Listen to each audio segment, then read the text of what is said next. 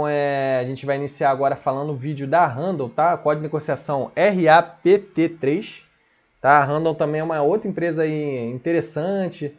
Essa já é um pouquinho mais falada por conta da questão de dividendo, né? Tem algumas pessoas aí, algumas casas de análise que recomendam a Randall, né? Deixa eu ver aqui a questão. Tem um yield de cerca de 7%, já é uma empresa aí um pouquinho maior. Apesar do payout ser de cerca de 35%, tá? A Randall é uma empresa também do setor automotivo, assim como a gente falou da Schultz, tá?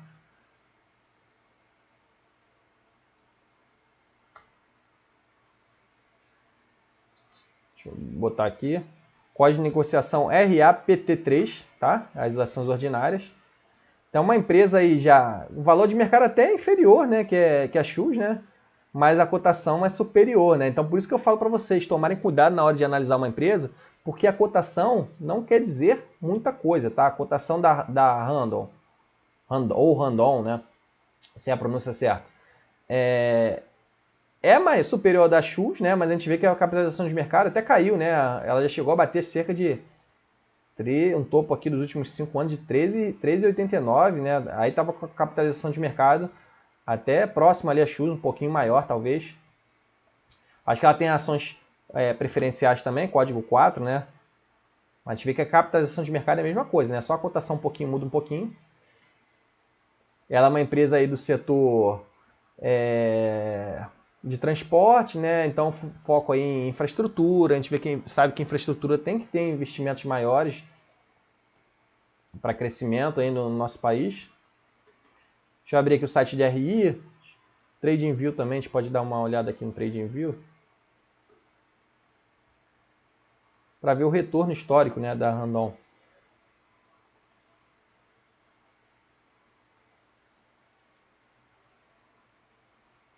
Nos últimos 5 anos, teve um desdobramento aqui. Ela teve mais ou menos, se a gente medir...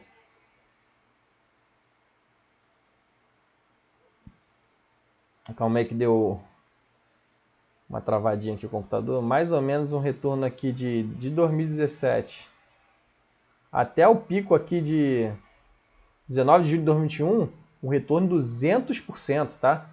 Então, agora teve uma quedinha, né? A empresa deve ter um pouquinho de alavancagem, por isso caiu. Ela teve uma receita aí nos últimos anos, né? Em 2017, 2,9 bi, 2018, 4,2 bi, 2019, 5 bi, 2020, 5,3, e aí em 2021 pulou para 9 bi e agora nos últimos 12 meses 10,2 bi. Provavelmente algum endividamentozinho, né? A gente vê que o resultado financeiro aqui 200 milhões nos últimos 12 meses. Deve estar pesando. É uma empresa, a gente vê que o setor também, né, tem margens um pouquinho mais apertadas, né, 8% margem líquida, 13% EBITDA, mas é uma empresa que gera caixa, né, EBITDA de 1,4 bi nos últimos 12 meses, o EBIT também, né, desconsiderando depreciação e amortização, 1,1 bi. A margem bruta um pouquinho inferior, né, que outras empresas, né, 24%, 25% de margem bruta, né, a gente vê que oscilando, né, nos últimos anos nessa faixa aí de 25%, 24%, em 2016 estava 19%. Vamos dar uma olhada no RI da Randon. É uma empresa, ela é controladora do... Acho que tem até aqui no site, né, da Frasli. É da Frasli, que é outra empresa aí do setor automotivo. Empresa interessante também.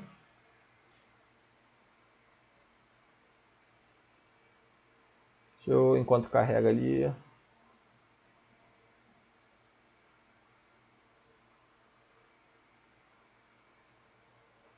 O payout dele nos últimos 12 meses, 42%. Então, é uma empresa aí que tem um yield maior, né? Costuma pagar um pouquinho mais do que a Schultz.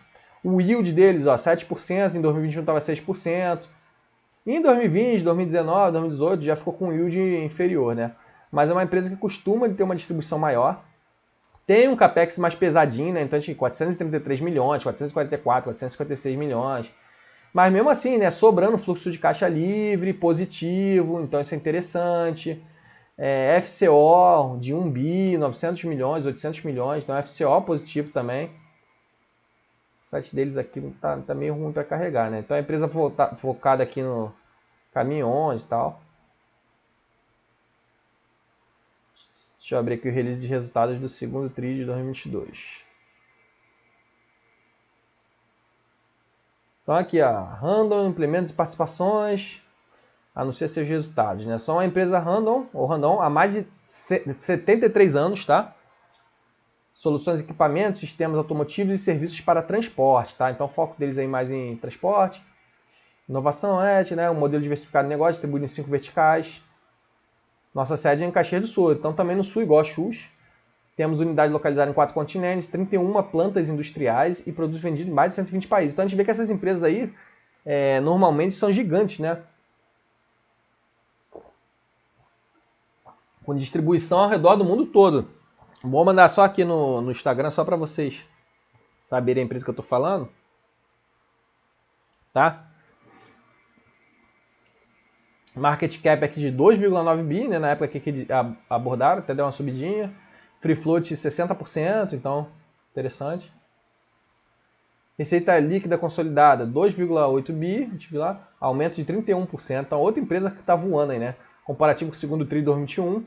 Receita no mercado externo 112 milhões de dólares, aumento de 57%. Então a gente vê que a Randon, apesar de ter um market cap inferior à Xus, né? Ela já tem uma receita mais forte no exterior, né? EBITDA consolidado 362 milhões, avanço de 12,2% frente ao segundo TRI, e margem EBITDA de 3%. Lucro líquido de 100 milhões, com margem líquida de 3,8%. Então, essa margem líquida no trimestre, de repente, é sazonal, né? E a dívida líquida sem o banco Randon, né, que eles têm uma divisão aqui para financiamento, né, desses caminhões, apresentou redução, atingindo 2,1 bi, né? A gente vê que é uma empresa bem mais alavancada que a Xus, que a gente viu lá. Alavancagem de 1,5 vezes EBITDA dos últimos 12 meses, mas alavancagem bem tranquilo. Principalmente devido à captação de recursos da controlada Fras-le, né? Então eles aí se beneficiaram. Então é o que eu falei, né? A Fras-le, apesar, ela tem capital aberto, né? É uma empresa interessante também, mas ela é controlada pela Randon. Então, assim, aí vai muito do gosto de cada um, né? Querer investir ou na Fras-le direto ou investir na Randon, e aí você tem duas empresas dentro do grupo. A receita aqui no mercado externo, a gente vê aqui. Acho que é até interessante aqui para a gente acompanhar aqui, no semestre. 212 milhões de dólares, né? Aqui consolidado aqui em cima é 5,2 bi, 4 bi que era no ano passado, no semestre. Margem bruta até pesou um pouquinho, então a gente vê que caiu cerca de 1,1%.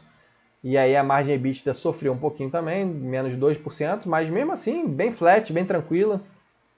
Margem líquida que foi mais pesada, deve ser o endividamento aqui pressionando um pouquinho a margem líquida, né?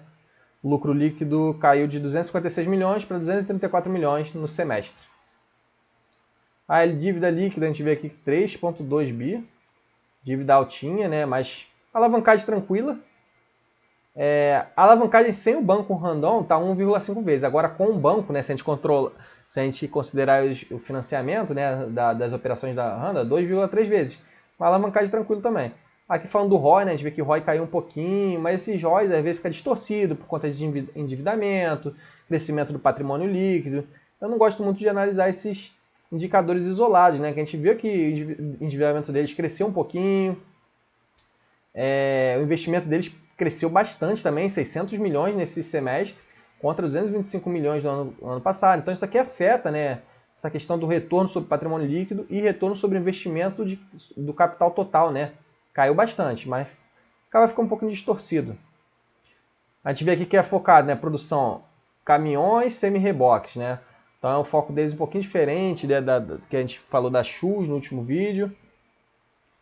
Falando da produção, né? A produção deles caiu um pouquinho, 10% no trimestre. As vendas também caíram um pouquinho e as exportações cresceram, né? Então, diferente de outras empresas, no exterior eles estão crescendo um pouquinho mais. Mas a gente vê que o percentual inferior ainda, no mercado interno é mais forte, né? As vendas bem mais fortes do que no mercado externo e principalmente o foco deles, né? Caminhões, semi-reboques menorzinho lá no mercado externo. A receita aí no mercado externo de 554 milhões, né, no trimestre. E no semestre, 1 bi contra 4 bi no mercado interno. Então a gente vê que o mercado interno corresponde bem mais, né? Aí tem aqui a questão da vertical, né?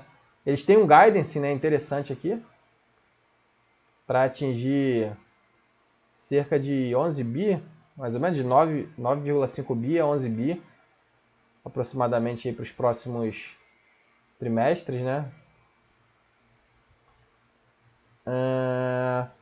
Tem aqui uma variedade, né, os segmentos aqui dentro dessa parte de caminhões, semi-reboques, né, autopeças, montadora, controle de movimentos. Aqui tem serviço financeiro digital pequenininho, né, por isso que eles falam do Banco Randon, né, 3,8%. Expandiu um pouquinho até, né, de um trimestre para o outro, em todos os segmentos, né, indica que até a montadora caiu um pouquinho, né, cerca de 2,4%. Mas parece que a empresa está conseguindo ganhar, até share, mesmo sendo uma empresa aí grande. No mercado externo, a empresa ainda tem que crescer um pouquinho mais, mas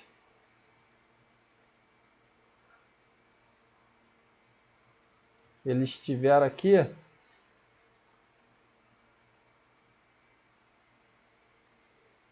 mais ou menos em linha do que a gente já tinha visto.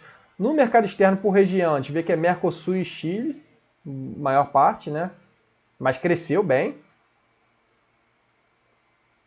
Outros países aqui caiu um pouquinho, dos Estados Unidos, né? Eu acho que é isso aqui, Estados Unidos. Europa caiu um pouco também, África, então desacelerou em alguns países aqui da América do Sul um pouquinho, Oriente Médio, Oceania quase nulo, né? Praticamente nulo. CPV é basicamente matéria-prima, tem outros aqui. Matéria-prima até cresceu mais, então não tem muito para onde fugir. Agora aqui despesas gerais, comerciais e administrativas é interessante acompanhar, né? Cresceu 29% aqui na despesa com venda, mas aí eu acho que é interessante para a empresa conseguir vender as peças, né? A Randon. Despesa administrativa 22%, a inflação pesa também alguns reajustes.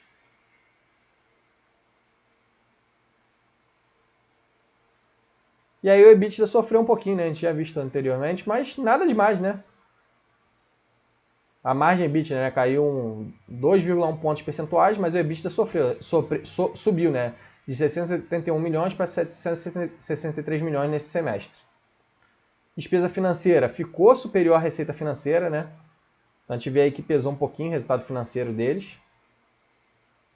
Mas a empresa, mesmo assim, né, o lucro caiu 8,4%, mas o lucro mais ou menos flat, né, caiu um pouquinho só. Um fluxo de caixa operacional negativo, mas aí o fluxo de caixa de algumas empresas, né, capital de giro, a gente vê aqui variação de capital de giro bem superior. Às vezes, quando a gente analisa trimestre a trimestre, o FCO fica muito distorcido, então normalmente demonstração de fluxo de caixa é bom até a gente analisar algumas empresas de maneira anual, para não se perder muito. Teve investimento em capex pesado aqui, né, para integralização de capital, né? Tecnologia avançada, HQ e tal.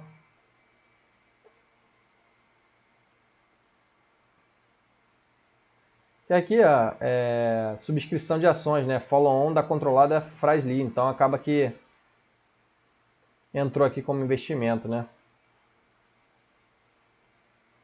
Mas na verdade não é investimento, né? Acaba que ficou não recorrente. Mas impacta aqui na integralização de capital. Endividamento deles. A gente vê aqui que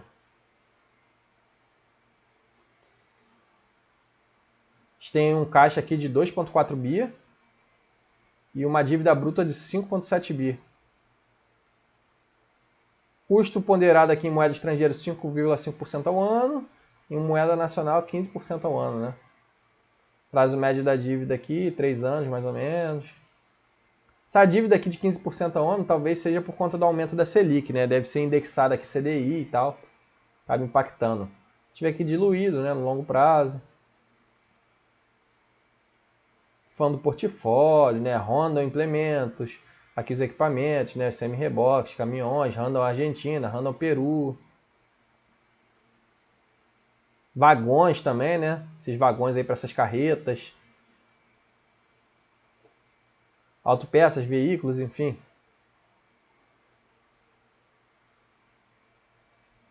E falando aqui, receita líquida por produto. Então a gente vê aqui que 40% de eixos de suspensões, 21,4% de fundição e usinagens, freios 23%, Sistema de acoplamento 14,9%, né? Veículos semileves e leves, semi-pesados e médios, é mais, né? Foco, né? E pesados também, né? Trailers também tem aqui. Mercado externo 3,6% só, né? Bem pequenininho. E falando das participações, então a gente vê que eles têm marcas fortes, né? A Fras-le, Nakata, que eles compraram acho que recentemente. Acaba que entra aqui, né? Aí deve ter algumas considerações aqui, ó. Mercado interno, mercado de reposição aquecido em função da baixa disponibilidade de veículos novos. Forte demanda de lonas para veículos comerciais, linha de pastilhos, sapatas para veículos leves. Venda recorde de amortecedores pela Nakata. Melhor disponibilidade de produtos importados. Aí aqui no mercado externo, forte demanda na exportação, né? A gente viu que veio forte no mercado externo, apesar de não ter um impacto tão grande aí no balanço da companhia. O mercado externo veio forte, né? Até mais forte que o mercado interno para eles. O mercado norte-americano seguiu apresentando bom nível, apesar das incertezas relacionadas ao conflito de Rússia e Ucrânia, o mercado europeu vem apresentando recuperação, né? Ponto de atenção, elevação de juros, né? Que pode afetar a demanda futura, realmente. Né? No Brasil a gente já viu lá que afetou um pouquinho. Aqui falando só do mercado. Aqui falando da receita líquida por outros produtos, mercado externo, né? Por segmento.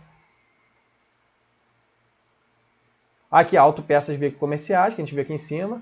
E aqui é controle de movimentos de veículos comerciais e leves, né? Então aqui a gente vê que o mercado externo já pega mais essas peças aqui. Controle de movimentos de veículos comerciais e leves. Então a gente veículos mais leves, né? E veículos comerciais aqui, uma parte... segmento dele, né? Tem um pouco de mercado externo e no outro tem um mercado externo um pouquinho maior. Aqui serviços financeiros digitais deve ser basicamente mercado interno, né?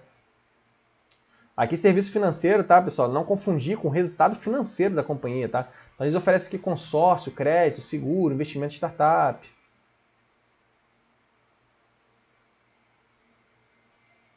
Enfim, tecnologia avançada, falando das tecnologias da companhia. Distribuição de dividendos, né? O pessoal gosta muito, né? É uma empresa que distribui dividendo, né? Diferente da Xuxa que a gente falou anteriormente.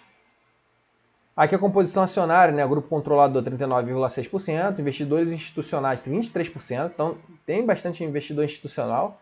Pessoa física 15,6%, né? Então tem bastante pessoa física também. Estrangeiro 20,3%. Dividendo deles aqui, ó, dos últimos anos, cresceu de 9 centavos por ação. Em 2021, 60 centavos. 2020, 57 centavos. E agora 2022, 18 centavos, né? Então, assim, isso também é muito interessante. Às vezes o pessoal investe olhando para o dividend yield do passado, ou então não quer investir. Ah, não, essa empresa está pagando um yield muito pequenininho hoje. Mas se a gente olhar aqui, ó, o yield, às vezes a empresa pagou pouco no passado, a tendência, ou paga pouco hoje, a tendência é cada vez crescer mais, tá? A distribuição no futuro. Então é até um contrassenso a gente ver alguns influenciadores famosos falando que investimento para dividendo, você tem que investir em empresa que paga muito dividendo hoje, ou empresa que tem um yield muito grande hoje. Não necessariamente, tá? Se você vai investir para aposentadoria, você tem que investir em alguém que paga pouco hoje, mas que tem propensão a pagar muito no futuro, né? Então a gente vê aqui que a Randon aconteceu exatamente isso aqui.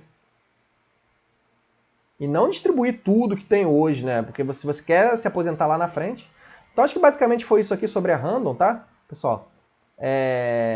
Achei uma empresa também, é uma empresa muito interessante, tá? Apesar de ter um market cap inferior a Chus, é uma empresa assim, um nicho assim semelhante, né? Segmento de infraestrutura, automotivo, né? Industrial, depende um pouquinho, mas é uma empresa que mais consolidada, talvez assim, mais estável, mais perene, que não vai crescer. E eu acho que não vai ter um crescimento tão agressivo, mas é uma empresa interessante também, tá? Até para quem busca dividendo e tal, dividendo futuro, dividendo até hoje no presente, né? A empresa investiu muito agora, né? E também teve alguns efeitos aí por conta da Fras-le, né? Da emissão de novas cotas, mas o follow-on, mas é uma empresa também que tem potencial para crescer. Mas eu achei a Chus mais interessante do ponto de vista de crescimento, né? Dos vídeos passados.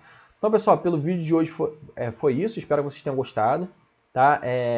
Peço para vocês deixarem seu like aí, se inscrever no nosso canal e seguir nossa página no Instagram, né? Eu estou fazendo uma live aqui também ao mesmo tempo que eu estou gravando, é um novo modelo. Então, os links vão estar na descrição do vídeo. Valeu? Forte abraço!